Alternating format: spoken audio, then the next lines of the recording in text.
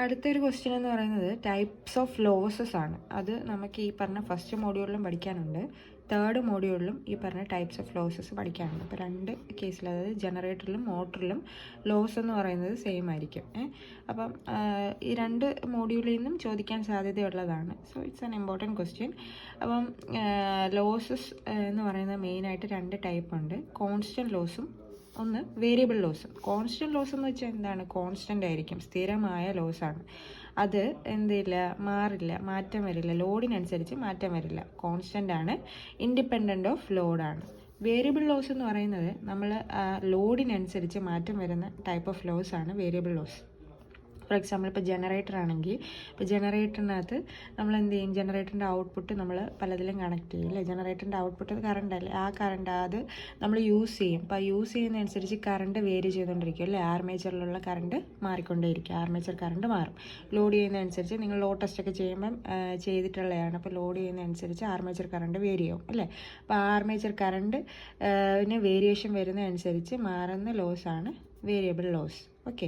അപ്പം constant loss മെയിനായിട്ട് iron അല്ലെങ്കിൽ കോർ ലോസ് എന്നാണ് നമ്മൾ പറയുക. അയൺ ലോസ് എന്നും പറയും, അല്ലെങ്കിൽ അതിനെ കോർ ലോസ് എന്നും പറയും. അപ്പം മൂന്ന് പേരാണ് കോൺസ്റ്റൻറ്റ് ലോസിന്.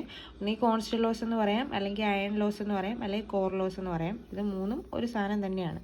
അപ്പോൾ അതിന് മെയിനായിട്ട് നമുക്ക് രണ്ടായിട്ട് തിരിക്കാം, ഹിസ്റ്റെറിസിസ് ലോസും എഡി കറൻറ്റ് ലോസും. അപ്പോൾ ഹിസ്റ്റെറിസിസ് ലോസും എഡി കറൻറ്റ് ലോസ് എന്ന് പറയുന്നത് കോൺസ്റ്റൻറ്റ് ലോസസ് ആണ്. അപ്പോൾ ഹിസ്റ്റെറിസിസ് ലോസസ് ഉണ്ടാകുന്നത് due to magnetic field reversal കാരണവും എഡി കറൻറ്റ് ലോസസ് ഉണ്ടാകുന്നത് എഡി കറൻറ്റ്സ് കാരണവുമാണ്. ഓക്കെ. അപ്പോൾ ഇത് കോറിലാണ്, ആർമേച്ചറിൻ്റെ കോറിലാണ് ഈ പറഞ്ഞ രണ്ട് ലോസസും ഉണ്ടാവുക. അപ്പം ഹിസ്റ്റെറിസിസ് ലോസ് കുറയ്ക്കാൻ വേണ്ടിയിട്ടാണ് നമ്മൾ സിലിക്കൺ സ്റ്റീൽ മെറ്റീരിയൽ ഉപയോഗിച്ചിരിക്കുന്നത്. അപ്പം കോർ ഉണ്ടാക്കിയിരിക്കുന്ന മെറ്റീരിയൽ സോഫ്റ്റ് ആണ്, അല്ലെങ്കിൽ സിലിക്കൺ സ്റ്റീൽ മെറ്റീരിയലാണ് യൂസ് ചെയ്തിരിക്കുന്നത്.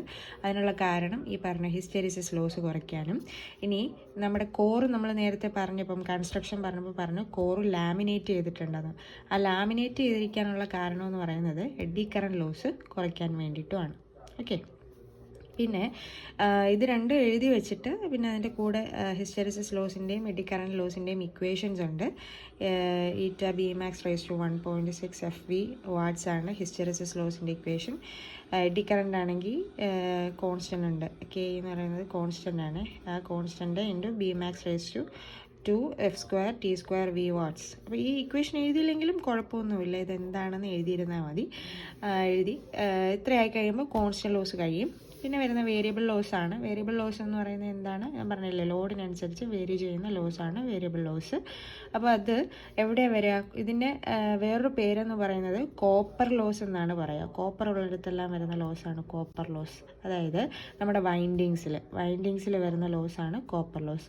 അപ്പം നമ്മുടെ കറണ്ട് ഈ പറഞ്ഞ ആർമേച്ചറിലൂടെയും ഫീൽഡിലൂടെയും, ആർമേച്ചറിലും കോയിൽസ് ഉണ്ട് അല്ലേ, കോപ്പറുണ്ട്, കോയിൽസ് ഉണ്ട്, ഫീൽഡിലും കോയിൽസ് ഉണ്ട്. അപ്പോൾ ഈ പറഞ്ഞ കോയിൽസിലെ റെസിസ്റ്റൻസ് കാരണം അതിനകത്ത് എന്തുണ്ടാവും? ഈ ഹീറ്റ് ലോസ് ഉണ്ടാവും. ഈ കറണ്ട് ആ പറഞ്ഞ കോയിലിൽ കൂടെ പോയി കഴിയുമ്പോൾ നമുക്ക് തന്നെ അറിയാം, ഒരു സാധനം ഇപ്പോൾ നമ്മുടെ വീട്ടിലെ ബൾബ് തന്നെ കുറച്ച് നേരം കത്തിച്ചിട്ടിട്ട് പിന്നെ അത് കഴിഞ്ഞ് ഓഫ് ചെയ്ത് കഴിഞ്ഞ് നമുക്ക് ആ ബൾബിനെ പോയി തൊടാൻ പറ്റില്ല അല്ലേ. അപ്പോൾ അതിനകത്ത് എന്ത് പറ്റും? ചൂടുണ്ടാകും ബൾബിനകത്ത്. അപ്പോൾ അതെന്തുകൊണ്ടാണ്? പറഞ്ഞ പ്രകാശം വരുന്നതിൻ്റെ കൂടെ തന്നെ കുറച്ച് എമൗണ്ട് ഹീറ്റായിട്ട് നമുക്ക് ലോസായി പോകുന്നതാണ് അല്ലേ. അതുപോലെ തന്നെ ഈ പറഞ്ഞ കോയിൽസിനകത്ത് ഹീറ്റ് ലോസ് ഉണ്ടാവും. ഓക്കെ. അപ്പോൾ അങ്ങനെ ഉണ്ടാകുന്ന ലോസ്, അപ്പം ഹീറ്റ് ജനറേറ്റ് ചെയ്യുന്ന അതിൻ്റെ ഇക്വേഷൻ എന്താ? I² ആണ് അല്ലേ.